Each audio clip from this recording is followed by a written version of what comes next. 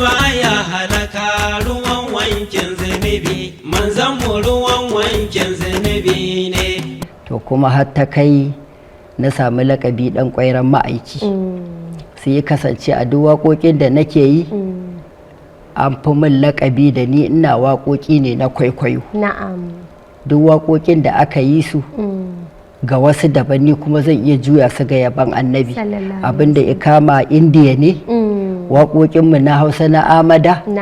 Banda kuma shi Dankwairon da ni shuhura a kai. Kai hatta har waƙoƙin nan na 'yan nanayi ma su ma duk na ga waka temin daɗi saboda haka zan iya juya ta. Ga yanzu misali akwai wata waka matatar komai zancen ubangiji ƙur'ani babban kundi.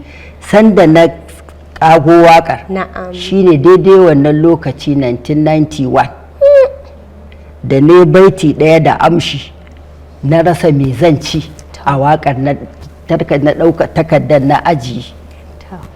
Sai kimanin shekara kusan 18 sannan na tuna da ita na ɗauko na ci gaba, amma a wancan lokaci ci gaban ya ƙi yiwuwa. A cikin waƙoƙin indiya da kai waƙoƙin indiya da ka juya wace za ka iya rera mana da ni da masu kallon mu?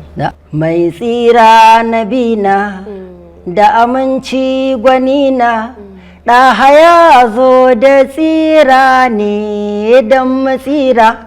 Marhaban marhaban ɗahe mai tsira marhaban. A'a waccan ma karanta ta nake a taro aka ce da ka ta abban kujerar haji shekara 32 ko da uku ita na dawo na kuma karantawa aka kuma ƙara bani.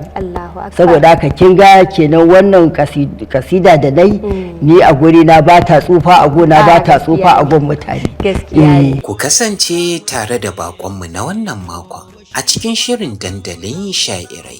Malam Auwal Yuguda ya kasai wanda aka fi sani da Dankwairon ma'aiki. Dandalin sha'irai na zuwa muku duk ranar Juma'a misalin karfe 9 na dare a tashar Algaita TV.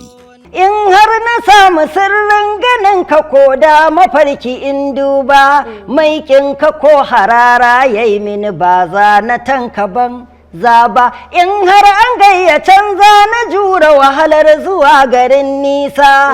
In an taɓa na awaya na zo na bege rasulu ba wasa. Algaita TV, nishaɗin al'umma cikin aminci.